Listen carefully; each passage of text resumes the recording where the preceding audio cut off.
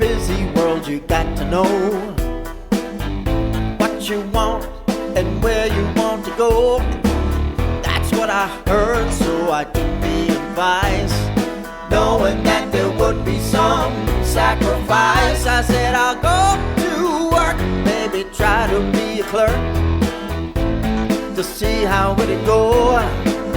I'm making $7 an hour, and they said it was a place I could grow.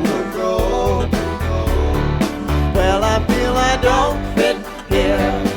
It would appear that I ain't cut out to be the man of the year. I'm just playing this game, trying to be the same as all the morning drivers stuck in the middle lane. I said I pulled myself up by my old bootstraps, show up at work and try to shed my trap. It